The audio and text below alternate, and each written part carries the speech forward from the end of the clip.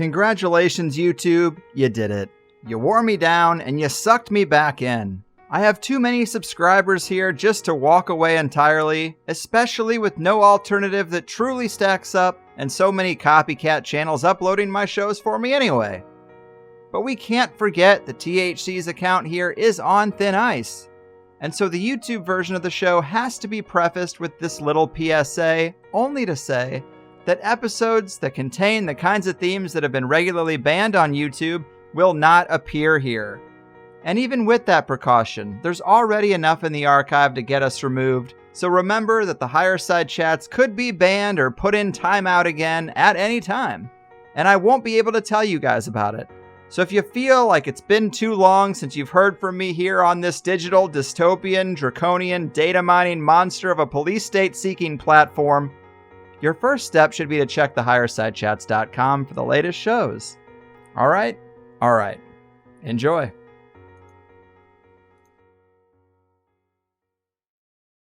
Brace yourself, because you're about to dive into another free first-hour episode of the Higher Side Chats, and we just want to let you know that whether you're looking for a companion through your paranoid insomnia, entertaining yourself through one of life's mundane activities, or trying to ward off the internal screams of all those sad, smothered souls around the office, THC is here.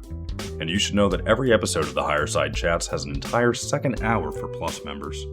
Sign up at thehighersidechatsplus.com and you'll get years of Plus show archives, lifetime forum access, a special invite to Greg Carlwood's monthly joint sessions, MP3s of THC music, bonus episodes, tour videos, and 10% off t-shirts, grinders, and whatever else ends up in the Higher Side store. It's $8 a month that you won't miss, so become a Plus member and treat yourself in these troubled times. Always action-packed and commercial-free, which means you'll unfortunately never hear my voice again.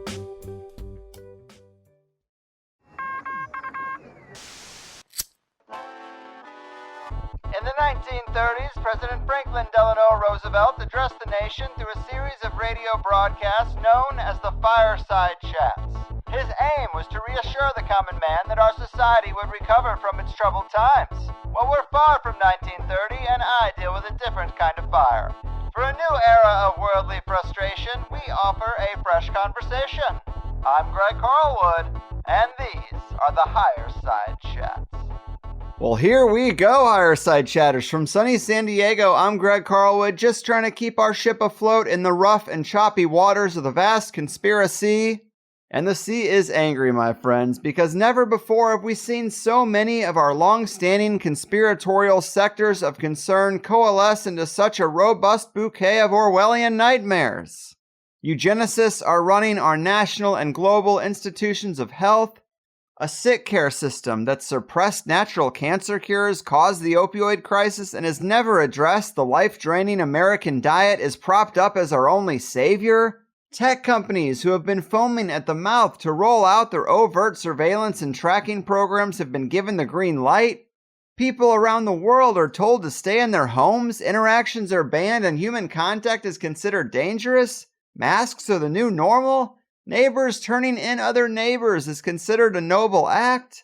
Local independent businesses are shutting their doors as corporate behemoths in the big club gobble up market share. And now, dear people, we are bracing for some very scary and very real shortages of the food supply. After years of being pushed into system dependence and HOAs making sure everybody grows grass rather than anything that could actually save them in a crisis. We're in the eye of the storm in more ways than one, folks, but lucky for us today we have the man who knows the plan, Christian Westbrook, better known as Ice Age Farmer. He's been delivering intellectual ammunition and self-sufficiency strategies for quite some time now on his website and YouTube channel under the same Ice Age Farmer moniker. He knows the food supply, permaculture, and corporate power grabs like the back of his hand, and I can't wait to dive into it. A much-needed sage of self-sufficiency, the king of crops, and a true thorn in the side of the AgTech machine. Christian, my man, welcome to the Higher Side. Well, thank you, Greg, for that delicious introduction. I try, and man, I am a huge fan. Super glad we could make this happen. I expect it to be one of the best shows that we've had in quite some time. No pressure, of course, but an episode focused on the coming food shortages as well as advice for decentralizing the food supply and doing our own part is very much needed right now. And you were doing this stuff long before our current COVID crisis, and I want to acknowledge that. Can you kick us off with a little about how you came to find food as your major focus and why you were sounding the alarm even before all this coronavirus stuff happened? I sure will. Let me first just say, I want to thank you for your work. I've been a fan of the Higher Side Chats for years now, and so I'm honored to be here, and it's awesome. It's also, I'm thrilled to be here because I know this audience already has a deep knowledge of reality and an insatiable intellectual hunger for the truth, and you already went through just a litany of things in your intro that I think exemplify that, and sort of the scope, the totality of what we're dealing with and have to process is just massive. We're going to need both that background in reality and that intellectual hunger today. Food is definitely something that's, I think it's fascinating in general, but also it's very much a linchpin of this totalitarian agenda that we face. And you can tell that, they're pretty open about that when you look back at quotes like Bertrand Russell saying, diet, injections, and injunctions will combine to make, sheep that can't revolt against the mutton. I think we're familiar with the quote, but right there at the front is diet. And then you can hear Henry Kissinger say, if you control food, you control the people, right? So they're very clear that this is at the forefront of their minds. And so it became clear to me that it was sort of underrepresented in the conspiracy world, in the discussions of what's going on right now. And yeah, I think that's really come to, so to speak, to fruition throughout this most recent crisis. The cryptocracy has been working on this vector, though, for a long time, even though we're really only getting visibility into sort of the late stages of the food agenda. And it's actively today now boiling over into this hot war over the food supply. We see very visibly the meat packing plants shutting down and the burger places that don't have burgers. It's now suddenly pretty in your face that there are problems with our food supply and with the supply chain. And as we have governors like Inslee in Washington, who's actively trying to shut down smaller farming operations and impose social distancing on all sorts of parts of the food chain that is just not pragmatically possible and probably financially impossible for those small producers. What that is a shutdown of food. They are actively trying to engineer a food crisis. And so I think this is very much where we need to put our attention. Over these last few years, I've been sort of monitoring the progress of, I think we'll talk about today, the grand solar minimum, the fact that our sun has entered a lower state of output, which throughout history has implied that there are problems with, there's a number of things, from increased volcanic and seismic activity and differences in the growing seasons and precipitative and temperature extremes. All of these things conspire to make it simply much more difficult to grow food. And so for this reason, there are famines and empires fall throughout history when the sun falls into this state. So I've been watching, to your question, I've been watching very carefully the effects and the very real crop losses over the past few years that have been mounting. And in my opinion, really this last season got to a point where they couldn't just paper over it anymore. You can print the money, but you can't print the food. And so I think this really forced their hand in a number of ways. And that's part of the reason why things are just so balls to the wall this year in terms of the totalitarian agenda. Yes, a lot of great stuff. And I'm glad you mentioned the cycle because I think that's actually really important. Thanks for the kind words about the show. As we talked about through email, I am really hoping to pack a lot into this one. And when a guest has a good grasp on the conspiratorial history in their field, I love to try and highlight the road that got us here. And before the Gates Foundation had a finger in every Orwellian pie, it was the Rockefeller Foundation. And we've talked about their involvement in Pavlovian public education, in suppressing energy alternatives to oil, destroying public transportation in America, and what we've seen from petrochemical-based Rockefeller medicine and all the more natural remedies they suppressed. But we haven't talked much about the Rockefeller and elite family investments in the national food supply and big agriculture. And there are a lot of parallels with these other sectors when it comes to Rockefeller food too, right? I mean, how did we get here? Yeah, absolutely. And what's funny is they are more than happy to openly talk about their intense involvement in agriculture. If you go to their Rockefeller library, there's a page on agriculture that says, quote, "Today it's nearly impossible to imagine the global transformation of agriculture without the Rockefeller Foundation. So they're more than happy to put themselves out there as responsible for whatever this transformation that they're describing has been. And of course, they would color it a nice one. We genetically engineered better yields and insect resistance and things like this.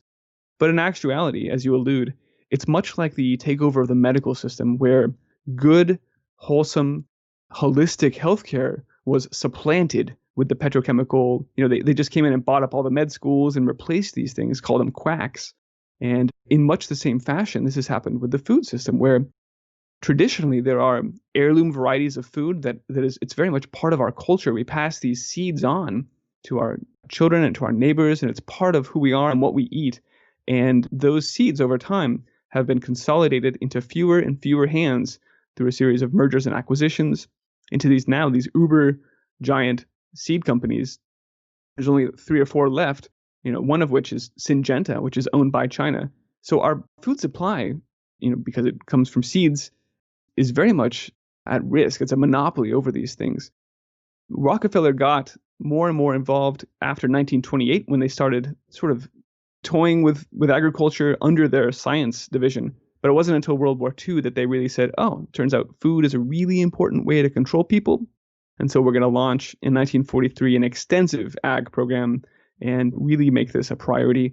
Ever since World War II, they did that. And then they also used the USDA to sort of increasingly weaponize that agency as a way to export their toxic Rockefeller agriculture to the rest of the world, so that they could in turn be just as dependent on these chemicals, these inputs, the fertilizers, and the Terminator seeds as we are here.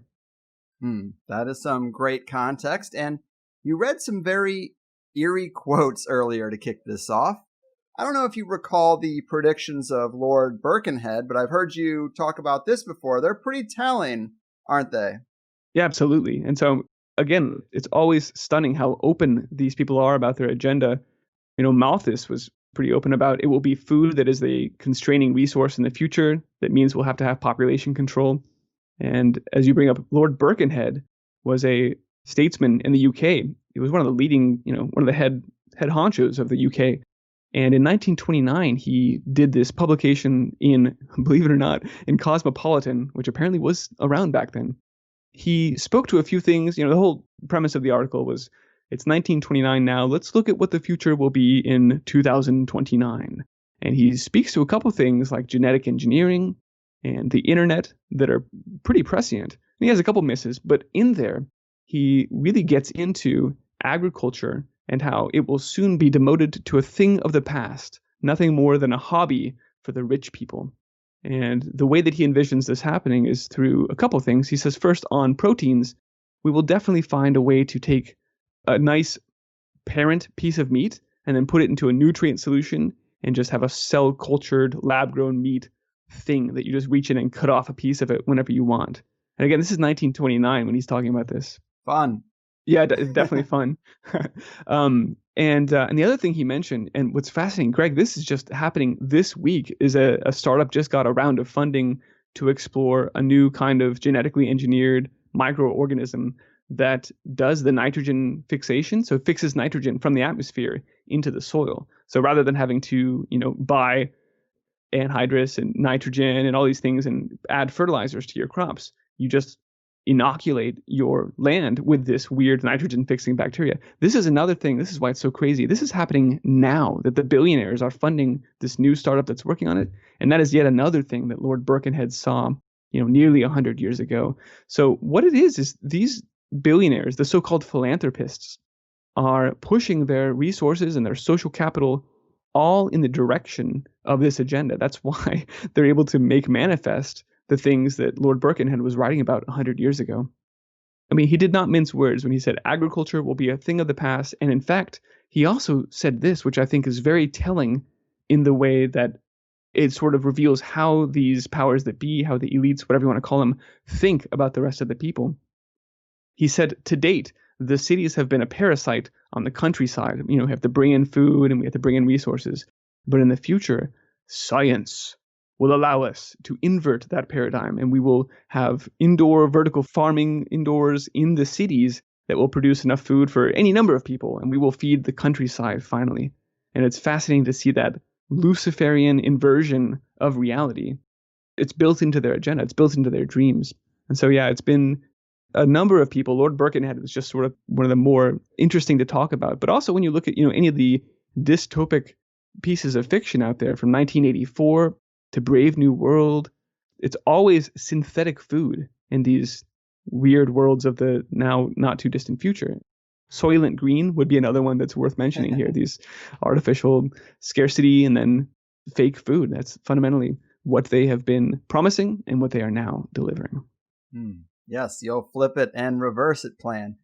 And I'm glad we could fit in some of that historical context, but we got to dive into what's happening now. We are hearing the warnings of a food supply shortage. Wendy's ran out of hamburgers, as you mentioned earlier. Meat packing plants are stopping production. Tyson took out an ad to tell us all that food shortages were coming. We saw what happened with the toilet paper dry run. What's your assessment of how bad this could get for people and their access to food? Greg, to answer that question, I guess I would frame it like this. When we hear about the army of tens of thousands of contact tracers and the immunization passports, the digital known traveler ID, all these things that are being floated right now and still sound a little too extreme, right? It still sounds a little outlandish, taking people from their homes and children being quarantined away from their parents. It just sounds awful, right? But for these things that are being proposed, and even today, Inslee is out there talking about these things in Washington, for that to make sense, for it to make sense for these things to be being floated, even as it seems like it feels to everyone right now that things are sort of calming down and hopefully we'll get back to normal. But that's not the case at all. For these things to make sense, there will have to be, a second wave, which Bill Gates is calling pandemic 2. And this is when I look at the food situation, I think it may need to get pretty severe for these propositions to actually start to sound reasonable.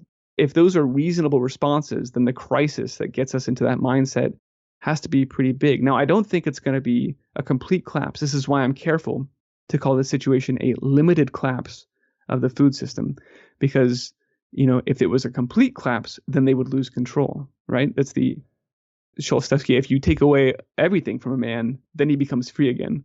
So I think that they don't want to shake things so far up that they lose control and it just goes completely out of their hands. So I think it's going to be a limited collapse that creates this illusion of scarcity that they want people to have so that they forfeit more control. Yes, a controlled, limited collapse. I agree. And you've been talking about a lot of the evidence that this is exactly what they want, that these food shortages are being engineered and they're making a lot of choices that compound the problem. And there's a lot of telling details when it comes to that specifically, but what are some of those things that you've been looking at that suggest this is no accident? This isn't just incompetence, as is often the scapegoat for these kind of operations. Yeah, thank you. It's not just me making this up. Again, they're totally open about this.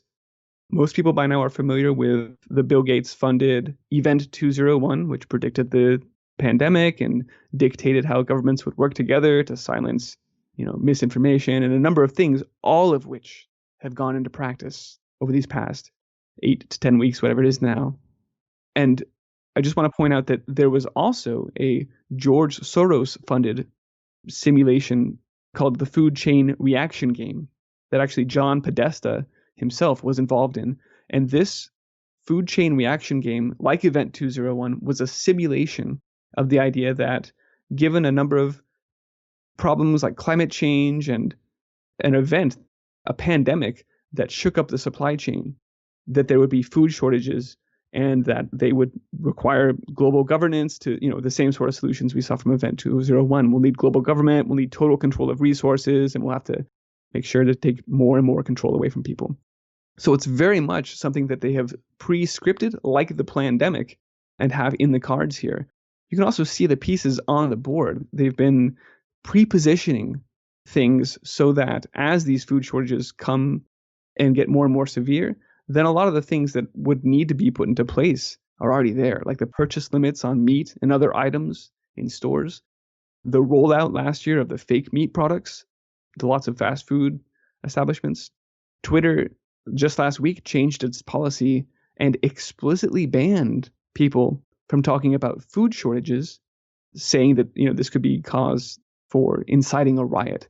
So that's the excuse they use. But you don't ban people from talking about food shortages unless you're trying to keep the lid on this. So I think there's a number of things that indicate that's the way we're going. But yeah, to your question more about what are the things that they're doing to aggravate this situation and to ensure that we experience the food shortages. It's both within the companies. For instance, Tyson was seen to be moving infected, or exposed, I should say, exposed workers. When they shut down one infected meat plant, they just took the exposed workers from that plant and sent them over to the next one. And so if there was any epidemiology going on right now, that would be a complete no-no, right? That'd be ridiculous. It'd be laughable on its face. But that's what they did, and that ensured that one after another, these meat plants were shut down. And some of them have reopened.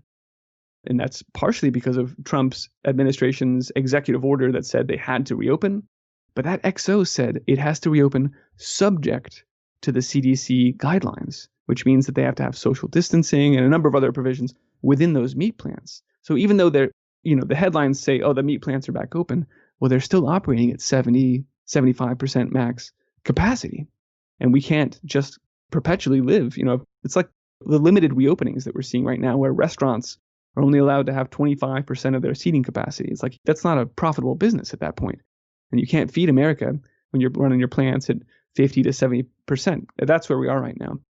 And Governor Inslee, his name is just really fresh on my mind right now, because it is he that's leading this charge to apply those same restrictions that we just described on the meat plants to everything.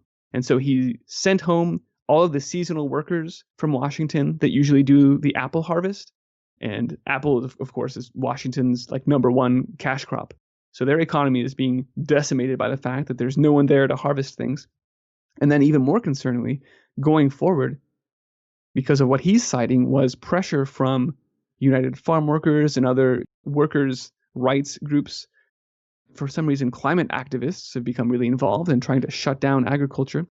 And so he has yielded to them and said that, yes, we need to, in the name of protecting workers, which I'm all for, but in the name of protecting workers, we're going to shut down these small producers and make sure that they're not able to harvest any of their crops unless they go through some very onerous restrictions and social distancing and these sorts of things, like I said at the top, that aren't pragmatic in a number of settings. So all of these things, if we don't do anything about them, virtually guarantee that we will be walking into food shortages, not just the meat, that's just the beginning, across a number of different crops.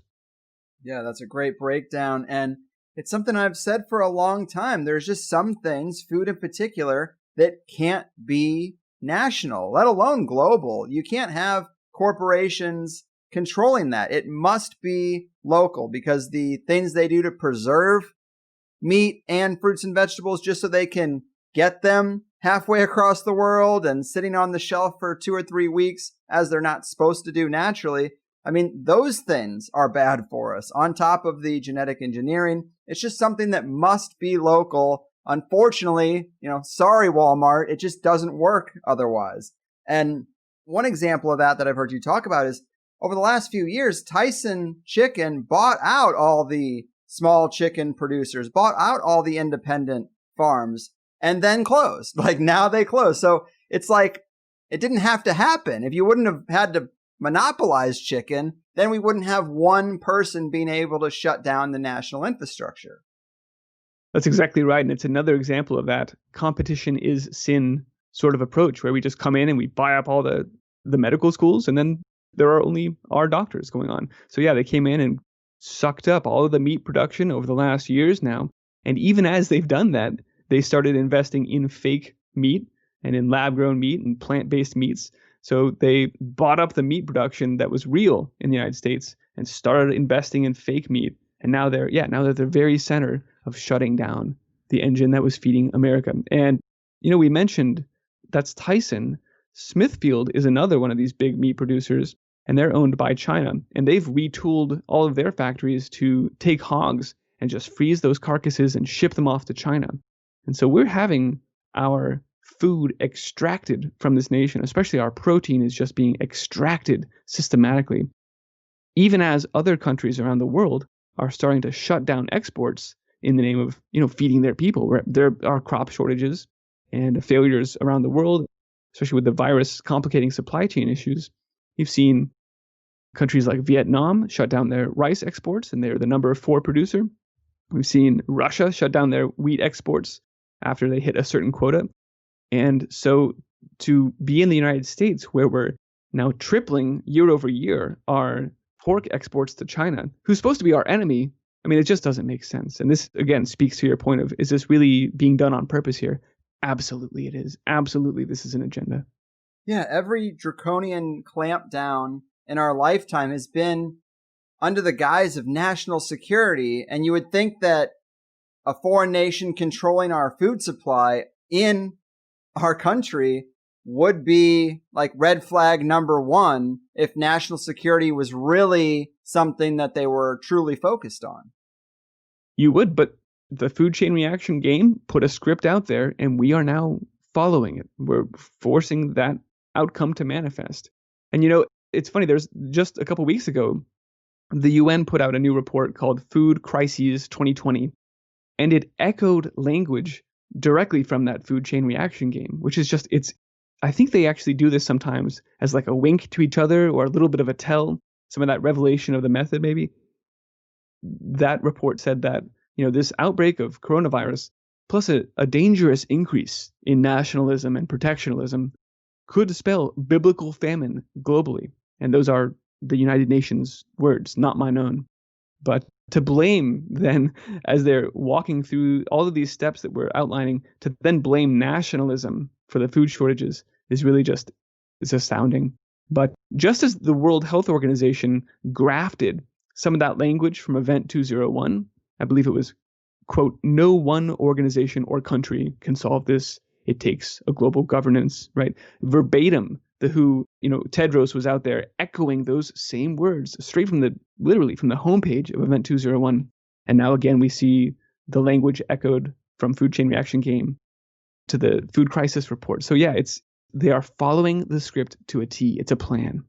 Yeah, that really parallels the pre-9/11 report that we need a new Pearl Harbor. I mean, this is a tale as old as time. This is how this stuff is done. And they keep doing it this way because we never seem to stop them when we see that it is pre-planned. It just doesn't seem to have an effect. So it's like, well, why change course? But in terms of the data that indicates a shortage is coming, one of the things that I found quite scary that you've talked about is the euthanizing of livestock in mass, like by the hundreds of thousands, and the destruction of eggs because there's just no one to get them to market. There's no one to break down these animals and, you know, get them to the grocery store. So they're just killing them in mass. I mean, how much is this really happening? And what is the timeline between the processing of an animal in our factory farm system to it being in the grocery store? When should we start to see somewhat empty refrigerator lockers in the grocery store because of this euthanasia? Yeah, it's a really important question and a good one. And the alarming answer is that it is a matter of days. There is an infrastructure for freezing meats, but most of that is owned by China. And so most of that frozen capacity gets sent off. There's only really a few days pipeline in between. You know, most of the meat in the supermarkets is fresh. And that's why it only took a couple days in between when we started hitting 60% of our pork harvesting, our pork slaughtering output for the US, for those things to manifest as real shortages in the stores. And unfortunately, you know, I wish I could say otherwise, but unfortunately, it is quite widespread right now. And to your question of how real are these mass slaughters, I think the number I saw this morning was that we're up to 10 million hogs that have been euthanized in the best case, right? In the most humane case, that's how they were disposed of. And it's also true, pigs are hit the hardest because unlike a cow, you can't just put them out to pasture and sort of hold off. Pigs have a pretty tight 11-month pipeline to where you've got the next batch of babies coming in to your farm. And so if you weren't able to get your fully fed, full weight hogs and take them off to these meatpacking plants because they're shutting down, then you've got no place to put your babies. And so a lot of producers were forced to then make a tough decision. Do I just get rid of this current generation and just take the loss? Or do I kill the babies and then I'll have a loss in the future? And maybe I'll just hold off of hope that they open these plants.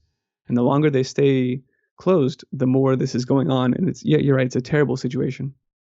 And I know you're also somewhat plugged into the farming community, and I'm curious what the little guy on the ground is feeling right now. A lot of what we talked about so far relates to big factory farming, major corporations, large operations, which we both agree something needs to change there. We're pointing out the reasons why, but many people rely on it, so it does need to be there until we can phase it out. But the farmers themselves, I understand much of their income is from exports, which is definitely in flux right now.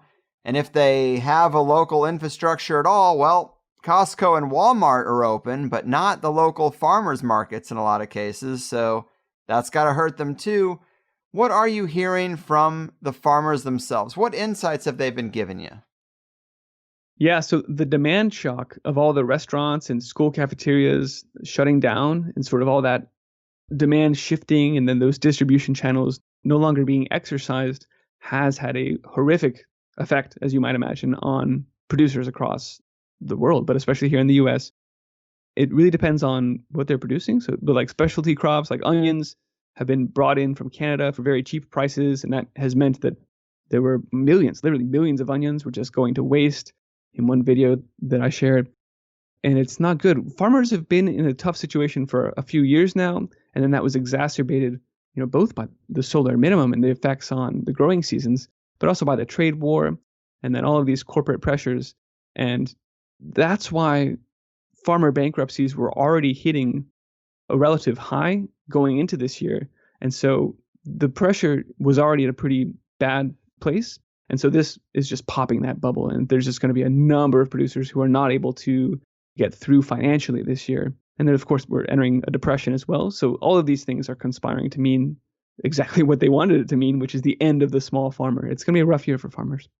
Oh, man, it's quite scary. I get a little anxiety when I listen to you talk. And one thought I had was that when restaurants and schools closed, that a lot of extra food would be there because they would be taking a huge chunk out of the demand with those closures. But as you say, I guess that sudden shock probably hurts the production chain more than it helps. Right, because then those, we've seen those hundreds of thousands of gallons of milk have been dumped instead of going to schools. We've talked about the euthanizing of animals because the meat plants have shut down. But where those restaurants were sourcing food, suddenly there was no place to deliver them. And one of the things that's really frustrating on top of all of this stuff is just that the red tape, which may have made sense in some bureaucrats' mind during years of plenty, but it's still applying. And so there have been situations where like restaurants that already had food delivered, but then were forced to shut down, tried to open up just like a curbside stand and sell their vegetables that the restaurant had already purchased. And I think it was a matter of hours before the LA Health Department came by and said, no, you can't. You're a restaurant. You don't get to sell groceries like this. So the red tape is another example of the state really exacerbating the situation, and the fact that the USDA mandates all these inspections and requirements. Again, things that may have made sense in the past, but when you're in a crisis situation, and we are right now, then you just have to see very clearly where you can cut through that red tape and try and connect producers and consumers so that both can survive.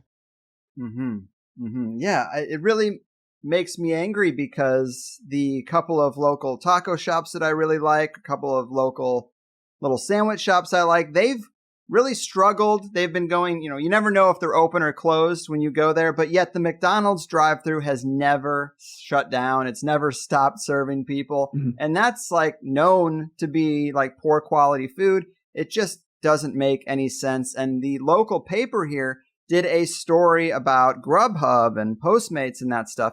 And some businesses are struggling just to pivot to that delivery model. But even if you can, the report showed that these apps are taking a huge chunk, a huge margin from these small businesses. And we already know the food industry, the restaurant industry, it's very tight margins. So for Grubhub to take, I don't even remember what it was, 30%, maybe more, it's insane. It just can't work. And again, it's like surprise, surprise, a tech company comes in and reaps the fruits of human labor. I mean, that seems to be the game for Silicon Valley, is to come in, co-opt our systems, and then everyone is like struggling to pay their rent, but yet working in this great new app system, this great new gig economy. That's right. Welcome to the smart cities, where we have perfect surveillance and perfect knowledge of everywhere you go and everything you do, and we control every resource that you get. Yeah, I mean, you're absolutely right. It's messed up. And I've also heard you talking about situations where the military and National Guard are starting to get involved in managing or guarding the food supply right now. And that's a scary level. It is, yeah. The National Guard was tapped to help distribute food at various food pantries where they were worried that security would be an issue and they just needed help moving these things in a secure fashion. So they were employed there. Arguably, the scarier thing is that the government is now throwing around these words. Well, let me start with China, because during the February, March timeframe, when China was very much in the thick of their outbreak, the state issued these edicts that said, guys, we have to get our rice in the ground. We have to plant during this planting season, or else we're all going to starve, right? So they were actually thinking about these things and trying to get ahead of it. And in some cases, the Communist Army did go in, the PLA did go in and take control over some of that rice production because, again, they had to, that's it. Their lives depend on it. They have to make sure that they produce this food. Such a thing is not going on quite like that here. It's more, though, that words are being thrown around like supply control, and this is a scary word to see. It's not a free market concept, obviously. Right now it's being described as a fed cattle set aside program, and that basically means that they're asking producers to feed low calorie food to their cows so that they grow more slowly. But that really, I mean, that is taking control over how much product, fundamentally, that's taking control over what you produce. And so that's why they call it supply control. It's like a nice name for the government taking control over food production. And I think that's the bigger story even than distributing food at gunpoint, yeah. Man, we've talked about poultry, we've talked about eggs, talked about the meat industry. I also heard you mention a little bit about fish, and that 80% of seafood is coming into the ports and then getting shipped around, and these ports are closed, and the ships that are out there doing the fishing in a lot of cases are shut down right now. There's another snowball effect waiting to happen just with seafood.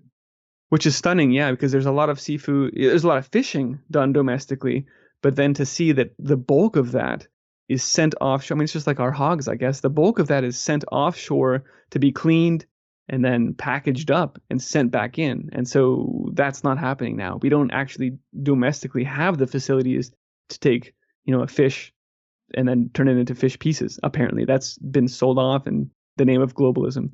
And to see that 80% of our, it's just across the board with our protein production hitting hard. And we were already seeing words thrown around called global protein shortage before this crisis even existed. I just want to keep emphasizing that we were having real food problems before coronavirus ever reared its head. This is just the story that we're seeing now.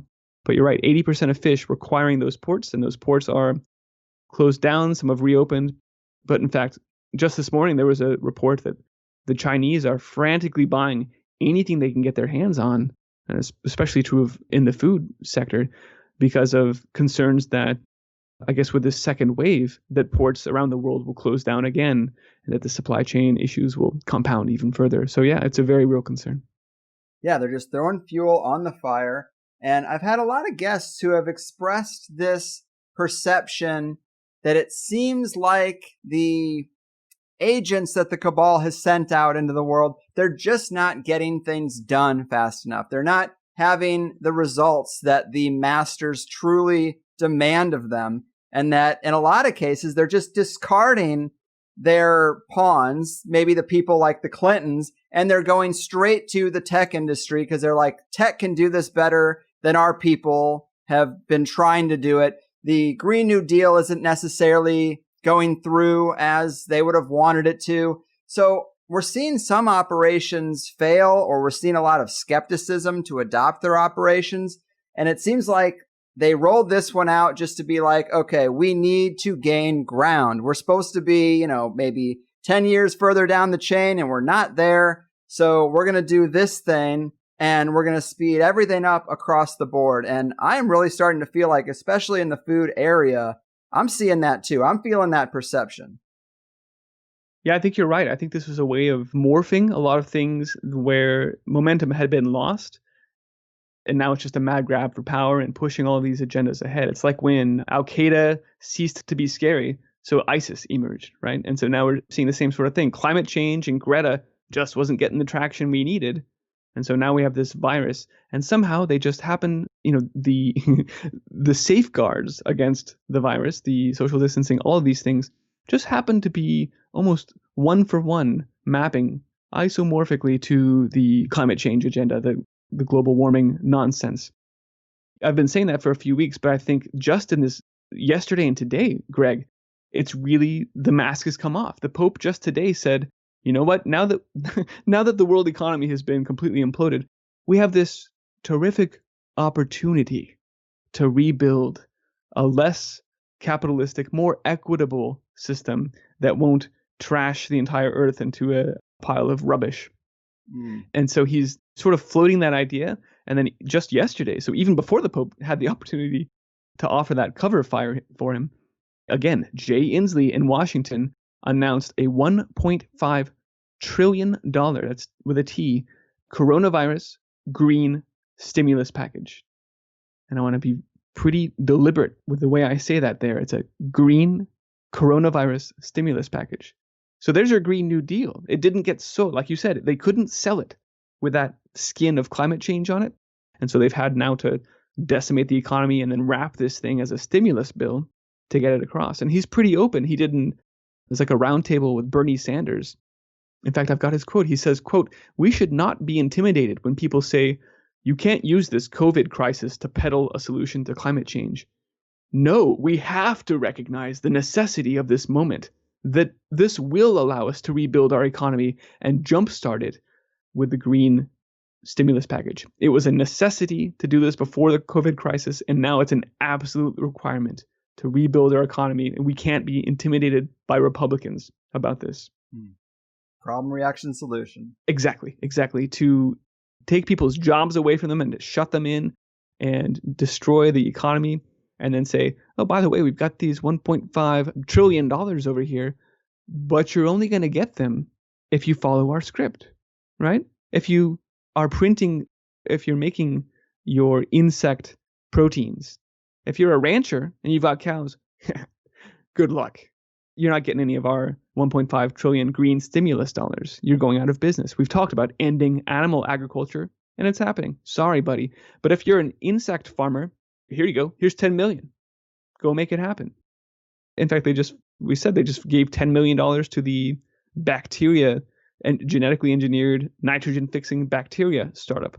And so this is what they're doing. They've killed off the old economy, and they're funding only the projects they need. And I can say that with absolute certainty because Christine Lagarde over at the IMF was talking about this for the last, 18 months or so now. But in February, she really came out and said, look, we have to make climate change absolutely central to the way that the ECB, the European Central Bank, conducts its business. We need, as central bankers, to be very deliberate with how we can help the world deal with climate change. And what she's saying is quite clear. We're going to stop taking away money from anyone that doesn't, that's not green, that doesn't further our agenda. In fact, one of Inslee's aides actually went so far as to say, we're going to jumpstart the economy, but we got to do it in the right way. And that's away from petrochemical companies. So yeah, this is what they're doing. They're going to starve out the economy that they don't want.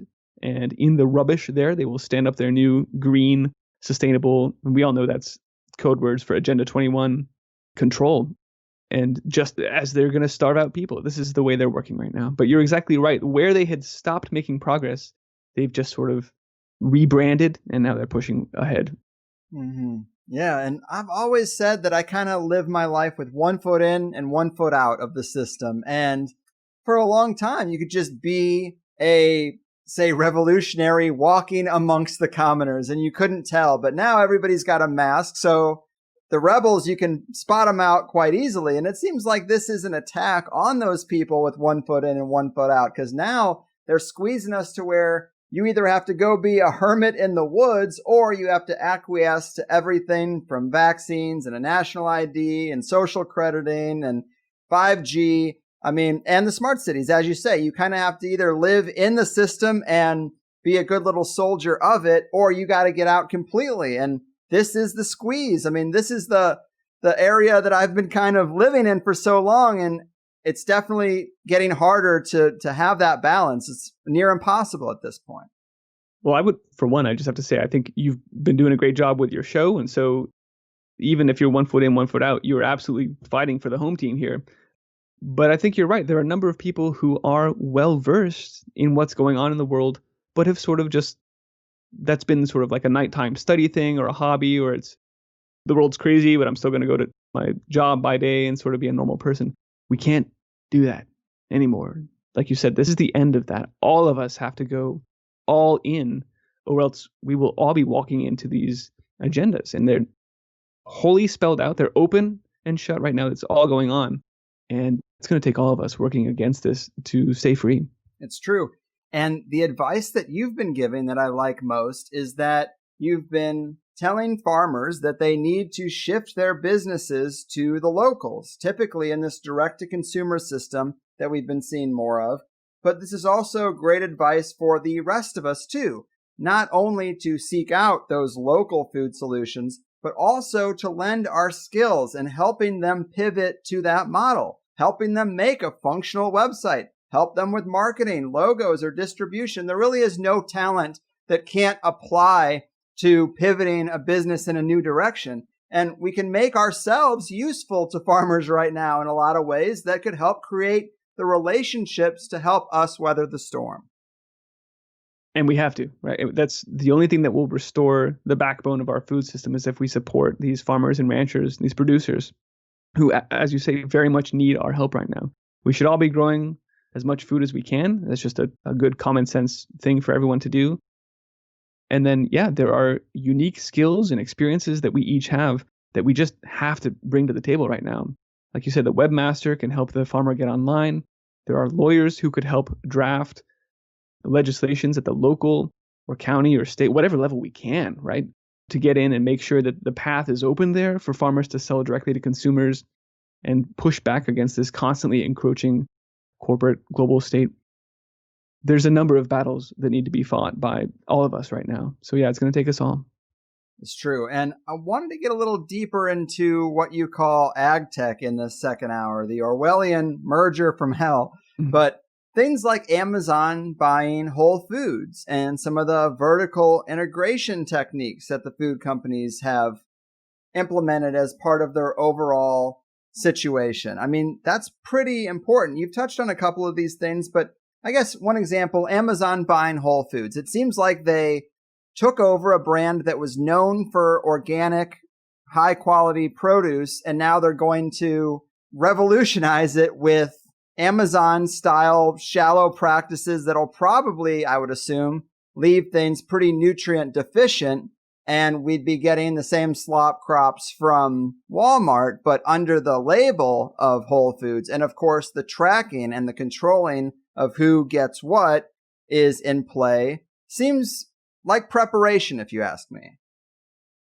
Well, that's exactly right. And it only took a year after Amazon bought Whole Foods for Bezos's other investments. He has many, many investments in fake meat companies. Most of the billionaires do. And then Bezos is also one of the main funders of these indoor vertical farming startups like Plenty, which I think he's got multiple hundreds of millions of dollars. They've got billions of venture capital funds across all of their investors by now. And so within that year from their acquisition, suddenly Plenty's indoor vertical hydroponically grown produce finds its way into the shelves of Amazon. And the bleeding burger finds its way into Whole Foods as well. Yeah, it's astounding. So you're right. They are attempting to buy up as much as they can and consolidate perfect control over that entire vertical, from the seed to the place where it's grown to how it reaches you and the market you buy it in. They want total control over your food because they want total control over you. And there also are some weird patents I've heard you talk about. I don't know if you can recall many of them, but one of them was apparently a Walmart patent for robot bees, this kind of stuff. Yeah, absolutely. Walmart's another example of a company that's trying to compete with the Bezos vertical. They have built dairy plants themselves, which is part of the reason that Dean went out of business. They built a meat processing plant. So they're just making sure that they own every aspect of the food that they're trying to bring to market. And part of that were these, on the surface, it just sounds ridiculous. Like, who's ever going to use robotic bees to pollinate their crops? But when you see what's going on here, they're moving towards indoor farms, and there's problems with honeybees. So it makes sense. Walmart patents indoor robotic bees to pollinate their crops within their indoor vertical farms. It's just a technocratic nightmare that they're standing up. But that's it. They want to own seed to mouth. Yeah.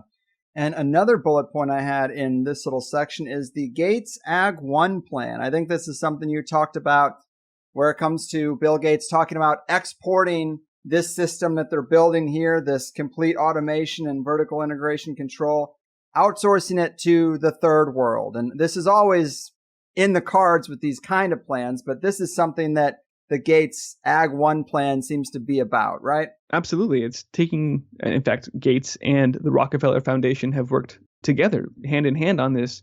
So like we said, Rockefeller was exporting, especially using the weaponized USDA as leverage, their toxic, petrochemical dependent agricultural practices to the rest of the world.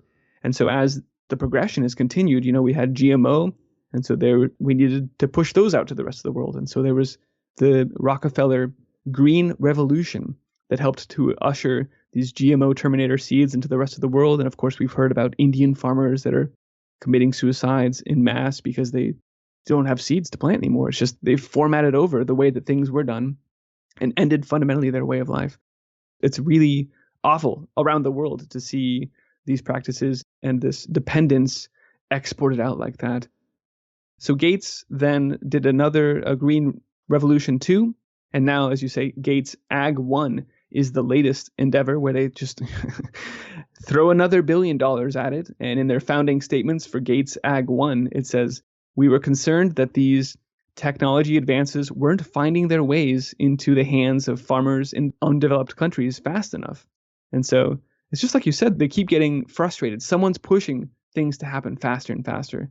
And so Ag 1 is this most recent thing that they've started, throwing a ton of money at it, and they're trying to do gene sequencing over all of the heirloom seeds that indigenous cultures around the world have grown since forever. So that's their lifeblood. Like I said, when you've got this seed, and when you save your seeds, they learn and grow from the seasons. So it's part of who you are. And so Gates' foundation is coming in, effectively scanning the genome of these heirlooms, and then doing some slight manipulations to, looking across all the things they get, doing some slight manipulations, and then boom, here's our product. We patent it. And now we've got a product that we can sell out to the rest of the world and replace these heirloom seeds. So it is a land grab over the genetic landscape of the biosphere of Earth. It's really just a really crazy power grab over God's domain. And that's a scary thing to see. Yes, Christ, man, I can't breathe. Another thing I've heard you say in terms of keeping it positive, look, we have compassion, community, and nature on our side. What do they have? They've got toxic chemicals, nutrient-deficient crops, frankenfood, and Terminator seeds that won't regrow. We are better positioned than we realize. The abundance of nature is right there to be tapped for us, and their system based on monopolies, it does not work the same way. And it takes a lot more energy and effort to shove it down our throats. So it's actually a silver lining to be like, hey, look, nature's got our back. We just need to, ask for help in that Stephen Greer way. Just ask the system and it's right there, ready to lend a hand. Yeah, you're right. I mean, I just saw Governor Cuomo was aligning with both Bill Gates and Eric Schmidt, the former CEO of Alphabet, to roll out the programs you were just talking about, where they have Bill Gates now taking over New York State's education system and the medical records. So they're moving ahead full bore on this agenda. And it is one of darkness and lies and Terminator seeds and fundamentally of death. You're right. So to know that we have all that is good and natural and God on our side, yeah, I think is one of the most reassuring things we can remind ourselves. Absolutely. Man, this has just been a lot of fun, and we are kind of getting down to it. And obviously, we didn't talk about if there is a virus or not to even be worried about. But when you see all these gears and levers working so symbiotically with it, so soon, so quickly, in the middle of all this chaos, it definitely makes me skeptical. Mm-hmm. Certainly a pandemic, whether or not there's a biological agent, yeah. Right. Well, awesome, man. You killed it today. This is much needed information, and we're lucky to have you keeping an eye on this stuff and being so good at explaining what you're seeing. Let me have you tell the people about your website and some of the tools they'll find there. There's a lot of good stuff. The wiki that you're setting up, the crop loss map, very interesting. What should they know? Sure. Everything can be found at iceagefarmer.com. It's been the hub for the tools you just mentioned, which were mapping out the crop losses to sort of show that there was a global pattern of massive multi-hundred million and now multi-billion-dollar crop losses. All of that has played out now that exports are shutting down. That was before the virus. And then there's also a tool on there called the GDD tool, which is the growing degree days is a measurement that growers will use to show how much heat was available to a plant and can be used as a metric to gauge how much growth can happen there. So if you need heat for a plant to grow. And something that was very interesting in this area of it's always the hottest year ever and global warming, blah, blah, blah, was there was a massive precipitous drop off between 2018 and 2019 growing degree days measurements across the US.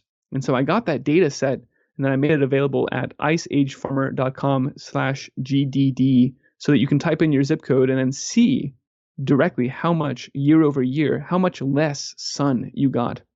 And I thought that was pretty insightful to combat that global warming narrative that it's always the fiery hothouse oblivion. No, it's actually, we're getting cooler right now because the sun dropped off.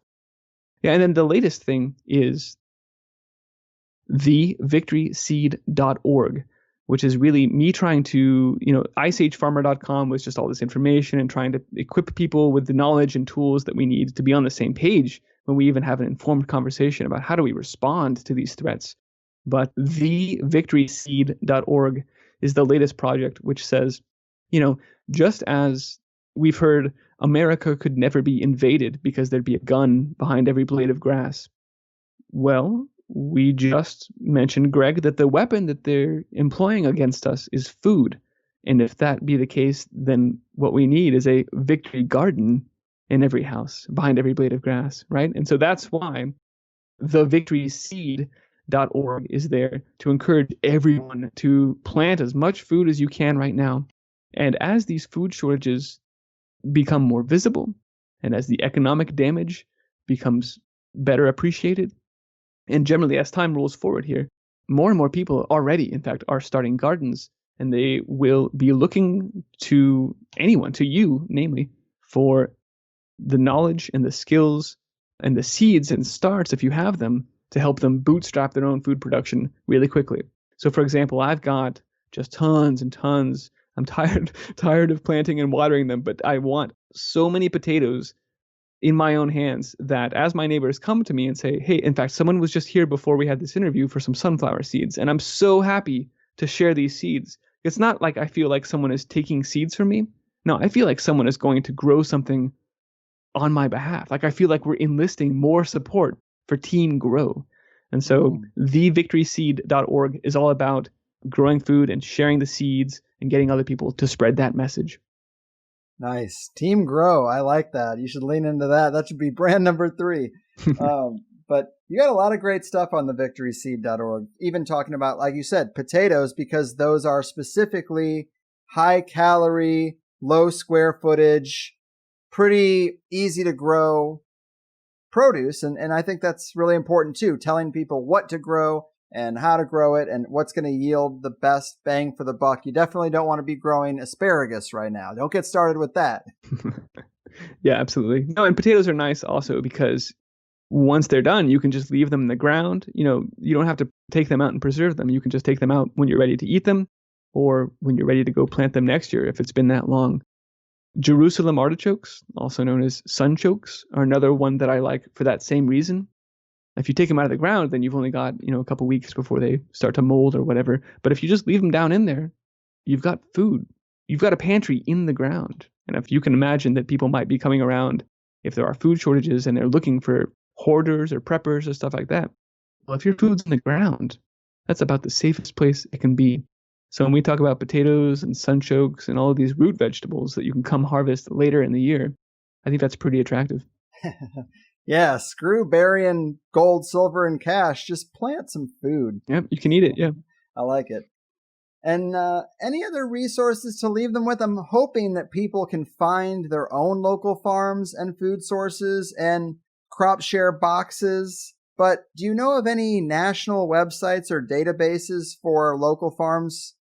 Definitely. There's a site called localharvest.org, which has a nice map, and you can sort of look for any producers, whether that's, people that have goat dairy to offer, or they're organic orchards or U-picks, whatever it is, they're able to put a little listing on there. And so you can go quickly see small farms and producers around you, and then be sure to go give them a call or stop by.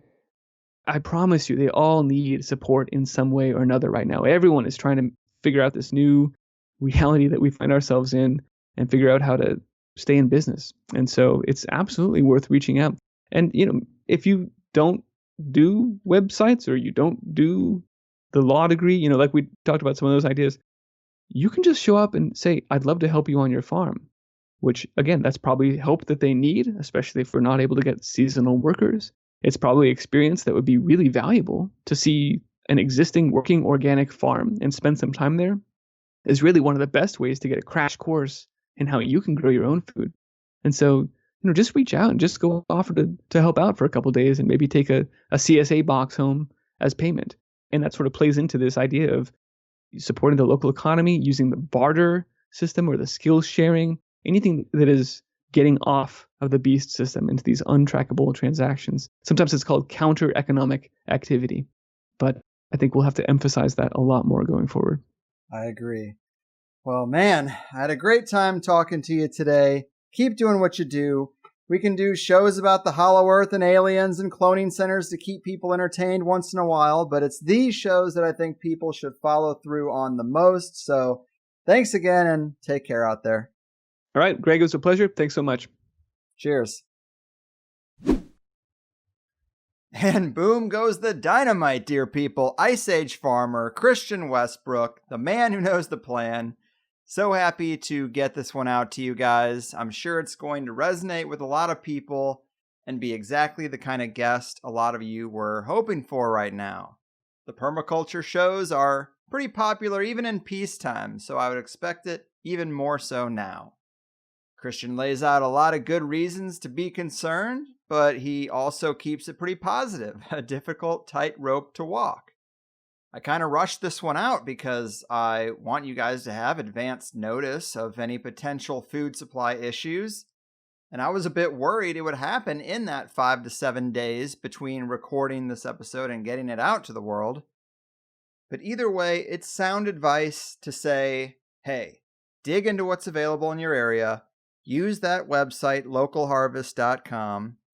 If you're anywhere in the Midwest, go back and listen to the Peter Allen episode from last year, I think it was.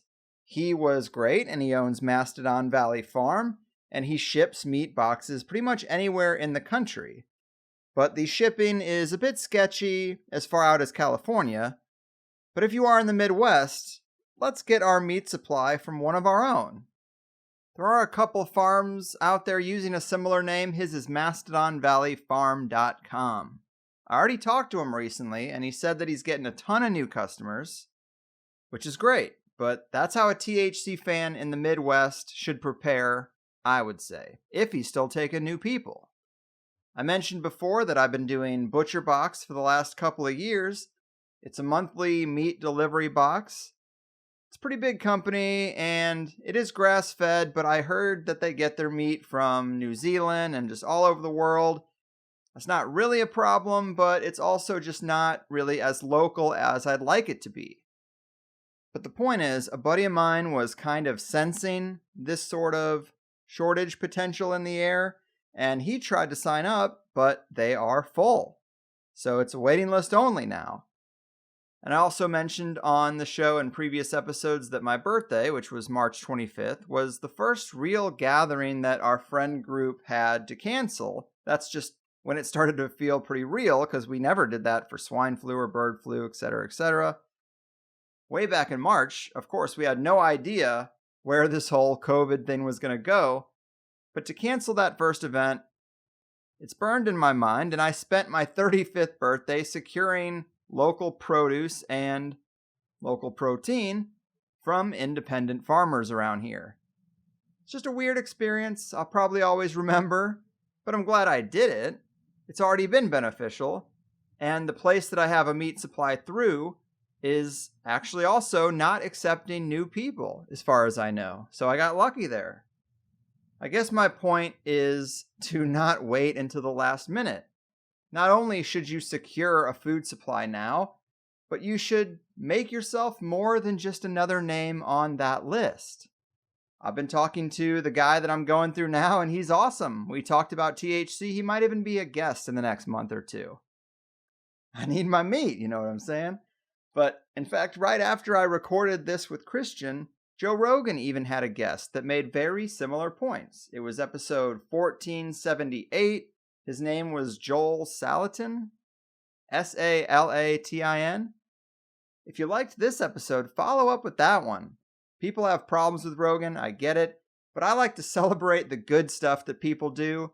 I mean, Bill Maher had a vaccine critic on. That's a good thing.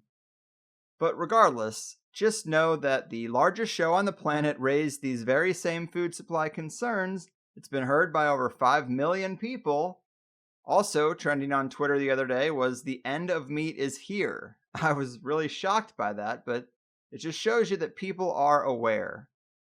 But I like being able to say that I have a local, decentralized, uncorporatized food supply. Whether or not Walmart has meat in the cases is not really relevant. And I think we should all be the same way. We have enough listeners to this show in this country that if we all actually did secure a local food supply, many, many farmers would feel like they have secure partners in their local area. It's a beautiful win-win. Then we don't even have to worry about it, because maybe it won't be that bad. I think Christian is pretty convincing. I think he throws out really great data points that show that there will be problems, but it's possible that you don't end up seeing an issue where you are. But that really has nothing to do with the fact that making this change is a good idea for a whole host of reasons. But Christian is great at what he does. His website and YouTube channel are very much things to put in your rotation.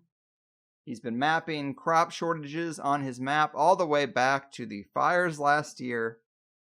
So his finger is very much on this pulse, and well in advance.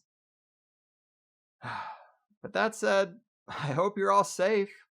I don't want to act like the sky is falling here, but when you see some warning signs, get ahead of it. I feel like my responsibilities got a bit heavier this year. As we turned the corner of 2020, I definitely didn't think we'd be having a food supply conversation before summer. And I know THC can be a contradiction sometimes, because we might do some fun out there sort of epic shows about things that are probably not that relevant to your life. And then we swing all the way over to something like this. And I don't really think that's a problem. Our listeners are surely intelligent enough to hold both of those things in their head and appreciate both, because I can do it, and I'm nothing special.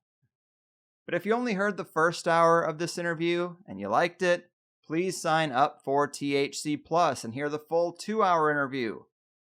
Not only this week, but every week. The archive is vast and interesting. You can download the MP3 files in full so that if and when you cancel, you still have them. Unlike Netflix or Hulu or almost anything else. Your forum membership, also lifetime. I'm trying to make it easy for you. The RSS feed works with all the main podcast apps out there. And I think we're good for each other. So help me help you, thehighersidechats.com.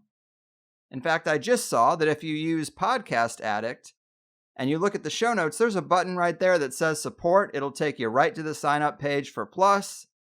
Bada bing, bada boom. You get the new RSS feed and you're right back into Podcast Addict when you sign in. But this episode does wrap up the month of May for us. We started with the ever humble Stephen Greer, talked to our old pal Crow, had the return of Recluse, got a little quantum biology lesson with William Brown, and then had a food supply breakdown from our man, the Ice Age Farmer. It's a good month to be a Plus member. Otherwise, you missed 5 hours of THC with these guests. Think about how much you liked the episodes you heard, and then think about how there's just as much more waiting to whisper sweet digital nothings into your ear until the whole thing falls apart. But with that, I love you guys. Keep listening. June should be pretty great as well. Until then, I've done my part. Your move, AgTech tyrants, corporate frankenfood forcers, and engineers of the coming controlled collapse. Your fucking move. I won't take it, no I refuse. If it's alright, I'll keep my refuge. I've been scheming of bigger things and have to leave my old life behind. Gotta transfer to the inner earth. I built a box, built a hole, got a neat elevator. Going under, and now you'll find me in the bunker.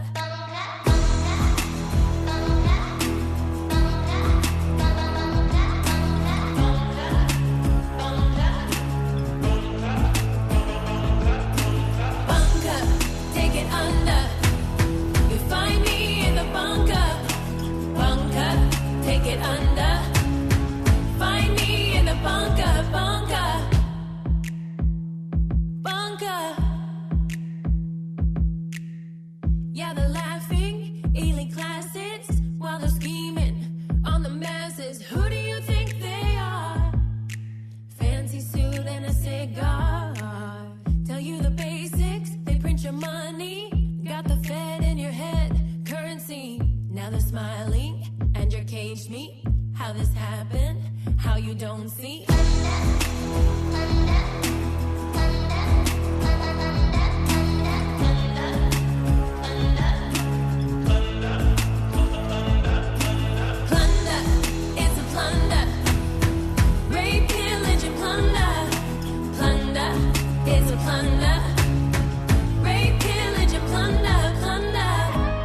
Plans are simple. The best protection of all is the special shelter built according to specifications of your local civil defense organization. The basement of any house or building will become a good improvised shelter if you block the windows with sandbags. If you don't have sandbags, just what can you do? Bunker, take it under. You'll find me in the bunker, bunker, bunker.